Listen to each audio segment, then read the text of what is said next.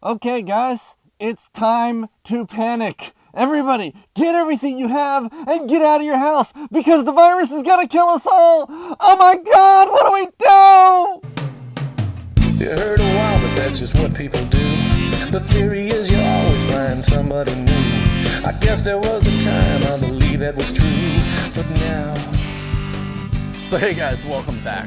Today we are going to talk about the virus, the coronavirus, the beer virus. We're going to talk about what everybody's talking about everywhere and all the fear and anxiety that are following it. So first I want to say welcome to anybody who's new to this channel. Thank you so much for coming along. I'm a little bit of a different guy. You're going to learn some things that you don't want to learn. You're going to get butt hurt because that's what I do. But I lay it to you the way I see it. Okay, and if you have a problem with that, then you're probably not grown up enough to handle real life. So it is what it is. So listen, let's talk about this coronavirus. Okay, I'm going to start this by saying this. I am on immunosuppressive drugs because I have an autoimmune disease that, well, it's trying to kill me. My own immune system is trying to kill me. So if there's anybody who should be worried about things like the coronavirus, not to mention the common cold, the flu, I don't know, a staple getting in my finger, all these things could be life and death for me. So if there's anybody who should be worried, it's me, right?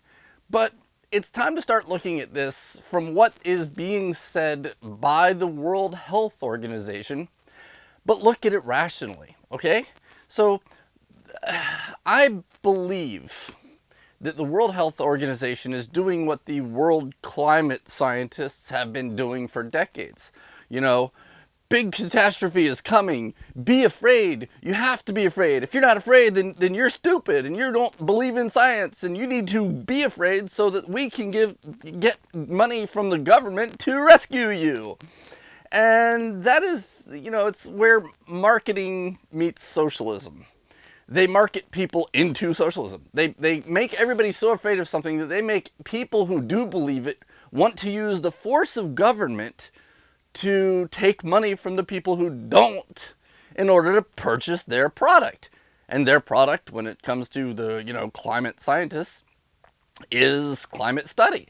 Well, we need to do more studies. If we don't, we'll all die. Everybody's going to die. So we need to do more studies on the climate. And the only way we can do that is if, you know, federal government funds us. Because not enough people believe in what we do, you know, to give us money. So we need to force everybody to pay for our studies. That's what the climate science game is about. Now, you could argue whether the climate change thing is real or not. That is not for this video. But the scientists need fear in order to extract money from us against our will. So let's flip over to the coronavirus. When you look at the numbers of coronavirus versus the cold, the first thing that stands out is that, you know, the cold and flu kills way more people. Way more people. So, you know, and there are a lot of other things. Abortions kill way more people. What else? Guns? Yeah, I'm a big gun proponent, but more people die from guns than coronavirus. You know? Everything out there is more likely to kill you than the coronavirus. But it has killed a few people. So, you know, the argument that you get is, yeah, but the common cold and the flu have like a 0.1% mortality rate, and coronavirus has a 2% mortality rate. Well, I was watching the World Health Organization meeting on that yesterday where they were talking about that, and the woman that was talking, she says, you know, she was asked about that number, and she said, well, that is an estimate. And the person who asked her said, well, according to your numbers, and again, I'm telling you what they said, not what I say, but I'm going on what they say. She said, according to your numbers, 80% of the people who have tested positive for the virus have shown little to no symptoms at all. Like they would never have gone to the doctor. So the first question is, how did you find those people? They said, well, we, you know, went to the people who we knew to have it. And we asked them who they'd been in contact with, and we tested all the people they've contacted that we could find,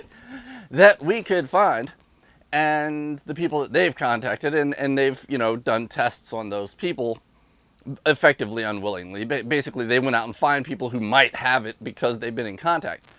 And, 80% of those people would have never been known about. So my question is this. If 80% of the people that you found didn't know they were sick, and you may have been lucky to find 20% of the people who have been in contact with these people, then how can you come up with a number like 2% mortality? Because what the reality of this is that if you've only found 20% of the people who've been in contact with these patients that you know of, that you think, that even that is a guesstimate, there's no way to know how many people they've been in contact with. None. Zero. And there's no way to know how many people the people they've contacted have been in contact with. There's just no way to know that. And since 80% of the people that you knew to look for, that you knew had been exposed, had no symptoms, the potentially millions of people who have been exposed, who may have gotten it and it ran its course and they never knew about it, would not have reported it. Why would they go to the doctor? It was, as far as they knew, it was a common cold or sniffles or the weather, These are people who got a little bit, and that was all it did to them. So all they did was just, take some Zyrtec and went on about their day. So to say that this disease is the end of the world and that it has a 2% mortality rate, which even if it were 2%, that's really not impressive to me. But 2% of the people that they know has it, when they admit that 80% of the people who have had it that they know of didn't know they had it. You see the problem here? It feels like they're really trying to do what the climate scientists do, where they're saying, we have a big problem, everybody be afraid, governments, give us your money so we can solve the problem for you. That's what's at play here, guys. Sorry, that's how it goes. Look, it was a short video today. I love you guys. Thank you so much. I will see you on the other side.